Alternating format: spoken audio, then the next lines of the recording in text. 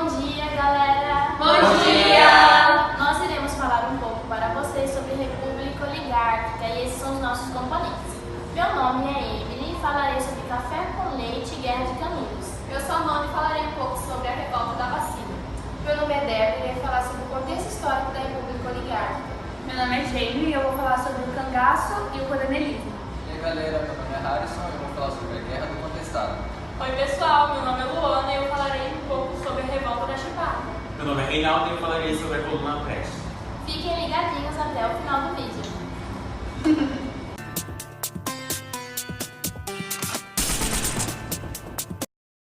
A República Oligárquica foi uma fase na divisão que ocorreu durante a República Velha.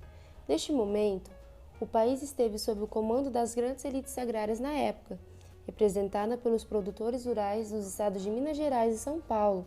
A palavra oligarquia é de origem grega e significa poder na mão de poucos. O nome representa um governo liderado por um grupo de pessoas ou até mesmo famílias, unidas pela mesma atividade econômica ou partido político.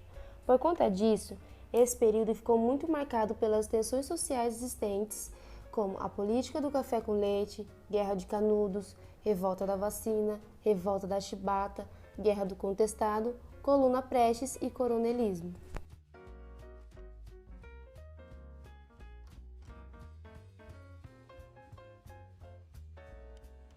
Política do café Com leite era uma aliança entre São Paulo e Minas Gerais, que juntos eles decidiam quem seriam os representantes políticos do país. para o cargo de presidente da República.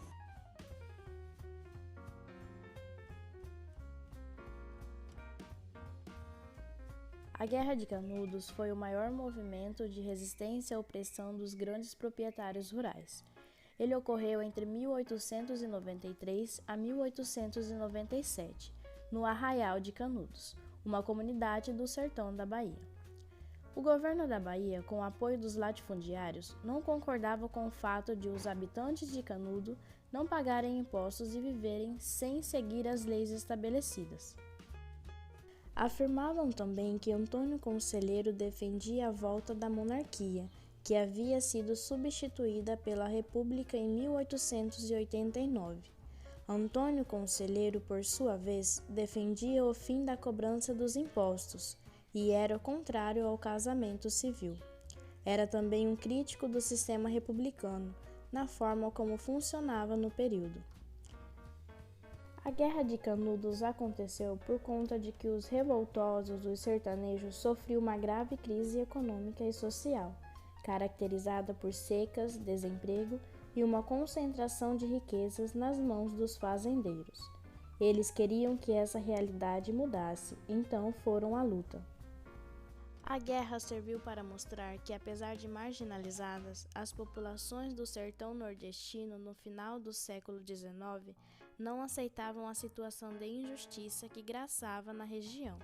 Embora derrotado, este movimento ficou conhecido na história do Brasil como marco de luta e resistência social.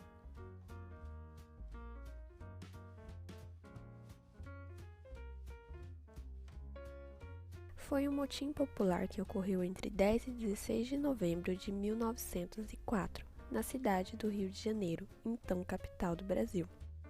O acúmulo de lixo na cidade desde 1902 fez com que milhares de pessoas morressem anualmente com vários tipos de doenças que se espalhavam. Assim, Oswaldo Cruz, então diretor da Saúde Pública, impôs vacinação obrigatória contra a varíola para todos os brasileiros, com mais de 6 meses de idade. Entre 10 e 16 de novembro de 1904, a população saiu às ruas contra agentes da saúde pública. Como consequência, o movimento rebelde foi dominado pelo governo, que prendeu e enviou algumas pessoas para o Acre. Em seguida, a lei da vacina obrigatória foi modificada, tornando facultativo o seu uso.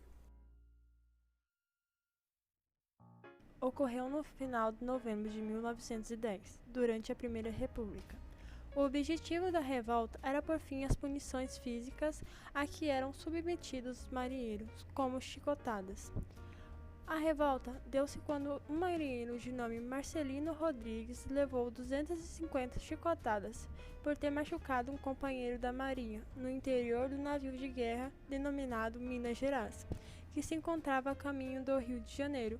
Os rebelados assassinaram o capitão do navio e mais 3 militares.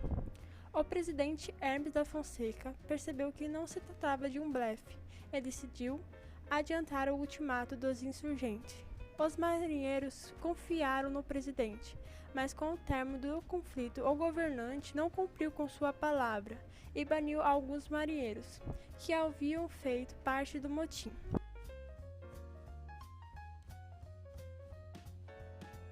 Quando a João Cândido foi aprisionado e atirado em um calabouço na Ilha das Cobras. Em 1912, ele foi julgado e considerado inocente. Historicamente, ficou conhecido como Almirante Negro, aquele que aboliu o uso da chibata na Marinha Brasileira. A Coluna Prestes foi um movimento político liderado por militares contrário ao governo da República Velha e às elites agrárias. Este movimento ocorreu entre os anos de 1925 e 1927. Teve este nome pois um dos líderes do movimento foi o capitão Luiz Carlos Prestes. A principal causa foi a insatisfação de parte dos militares, tenentismo com a forma que o Brasil era governado na década de 1920.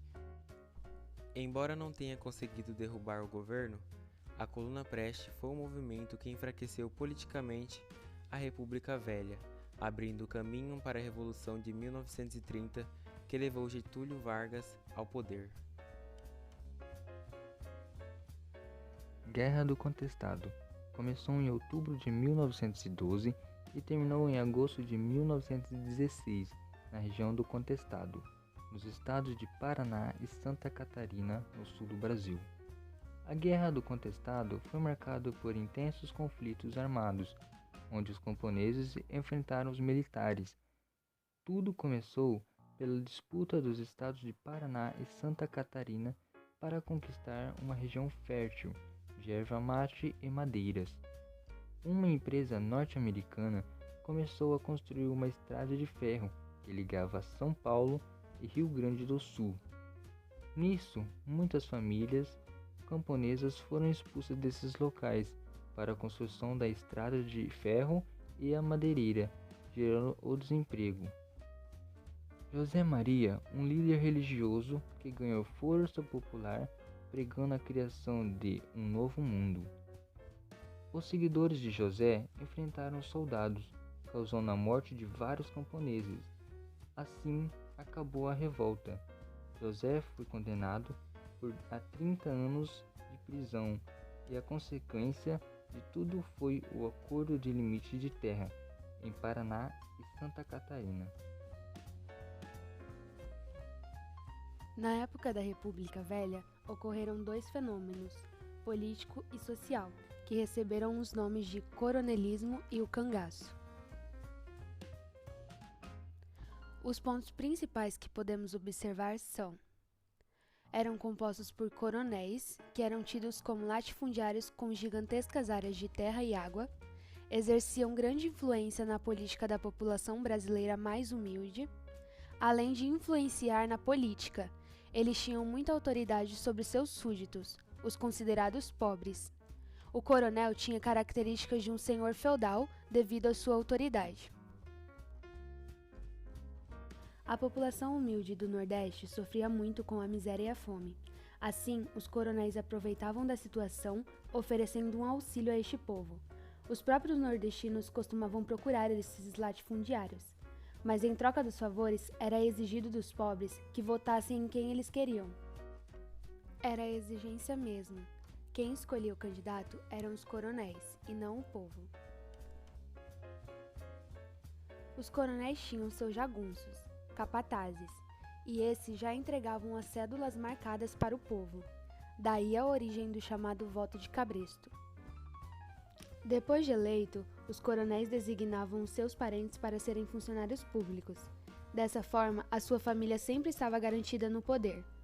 O coronelismo começou a decair em 1930, quando Getúlio Vargas assumiu o poder do Brasil. O cangaço nasceu para se opor ao coronelismo. O povo estava cansado com a falta de eficiência do governo em manter a ordem e também com a exploração dos fazendeiros ricos. Eram sertanejos que praticavam atos fora da lei para sobreviver. Visto como vândalos, organizavam-se em bandos armados e praticavam roubos e saques. Contrapartida, recebiam dinheiro dos coronéis para matar seus oponentes políticos. Não tinham piedade e matavam todos os que viam pela frente.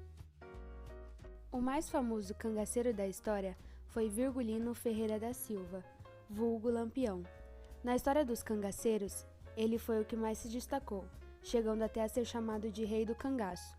Lampião morreu em 1938 numa emboscada que sofreu na fazenda Angicos, Sergipe, pelos policiais o tenente João Bezerra e sargento Anceto Rodrigues da Silva.